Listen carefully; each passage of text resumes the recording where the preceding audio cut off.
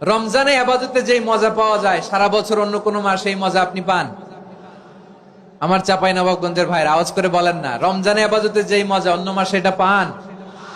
কারণ রমজানে আবাদত করলে সওয়াবও বেশি, আবাদতের একটা পরিবেশ থাকে, ঠিক কিনা বলেন? অন্য মাসে আবাদত করলে এর সওয়াব পাওয়া যায় গাণিতিক হারে, রমজানে আবাদত করলে সওয়াব বাড়তে থাকে জ্যামিতিক হারে। সুবহানাল্লাহ কইবেন না? অন্য মাসে সওয়াব বাড়ে গাণিতিক হারে, রমাদানে আবাদত করলে সওয়াব বাড়ে কিভাবে জ্যামিতিক হারে বাড়ে দেখেন। রমাদানে একটা নফল করলে ফরজের সমান সওয়াব, একটা ফরজ করলে 70 থেকে 700 গুণ সওয়াব, রমজানে উমরা করলে হজের সমান সওয়াব। সুবহানাল্লাহ নাই? দ্য মান্থ অফ হোপ, আশা জাগানিয়া মাস। এই মাস আমাদেরকে হোপফুল করে, আশাবাদী করে। রমাদান যেমনি দ্য মান্থ অফ হোপ, আশা জাগানিয়া মাস, এট দ্য সেম টাইম এই রমাদান হচ্ছে মান্থ অফ ওয়ার্নিং, একটা ওয়ার্নিং এর মাস। নবী যেমনি আশা জাগাইছে আবার ওয়ার্নিং দিয়েও গেছে, খবরদার। ওয়ার্নিংটা কেমন? আল্লাহর হাবিব সাল্লাল্লাহু আলাইহি ওয়াসাল্লাম মসজিদে নববীর ভেতরে হঠাৎ তিনি মসজিদে নববীর মিম্বারে পা রেখে বললেন আমিন। দ্বিতীয় ধাপে পা রেখে বললেন আমিন, তৃতীয় ধাপে পা রেখে বললেন আমিন। সাহাবারা অবাক হয়ে বললেন ইয়া রাসূলুল্লাহ, ইয়া হাবিবাল্লাহ, 3 বার শুধু আমিন আমিন পড়লেন, কেন পড়লেন আমরা কিছু জানি না, আমাদেরকে জানিয়ে দেন কেন আপনি 3 বার আমিন বললেন। রাহমাতাল লিল আলামিন আল্লাহর হাবিব বললেন, ও আমার প্রাণের সাহাবীরা, আমি যখন মসজিদে নববীর মিম্বারের প্রথম ধাপে পা রেখেছি, সাইয়েদনা জিবরিল এসে আমাকে বলেছে, ও নবী, আপনার নাম শুনে যে ব্যক্তি আপনার উপর দুরূদ পড়ে না তার ধ্বংস। আপনি বলেন আমিন। আমি বলেছি আমিন।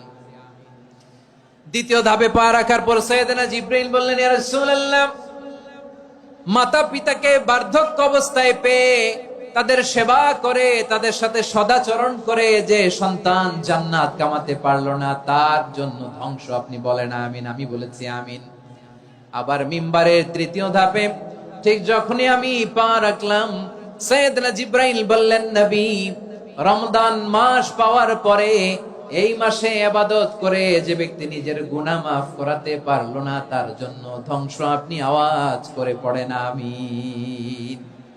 কত বড় ধমক, কত বড় ওয়ার্নিং দেখছেন। যে রমাদান পেয়েছে কিন্তু রমাদানের ইবাদত করার মধ্য দিয়ে সে নিজেকে জাহান্নাম থেকে মুক্ত বানাতে পারলো না, তার উপর আল্লাহ লানত, তার জন্য ধ্বংস।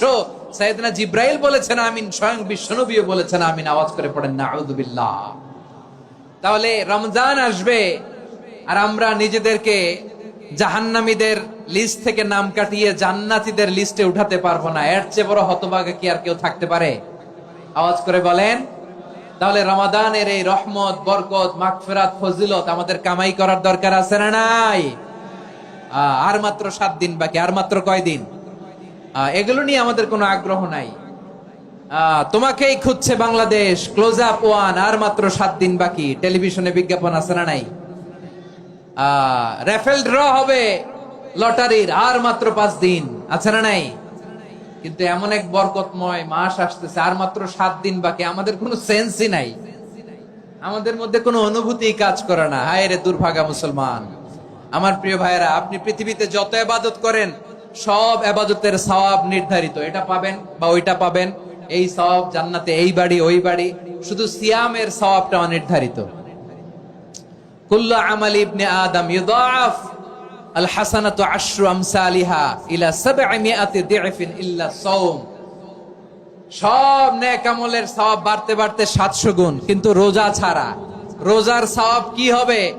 বান্দা খালি রোজা রাখে, ফেরেশতারা কিছু লিখতে পারে না আমলনামায়, কারণ আল্লাহ বলে এটা কিছু লিখিস না, কারণ as-সাওমু লি, এই রোজা রাখছে আমার জন্য, ওয়া আনা আজজি বিহি, এই রোজার সওয়াব, প্রতিদান, অ্যাওয়ার্ড এটা কিয়ামতের দিন আমি আল্লাহ নিজ হাতে দেব।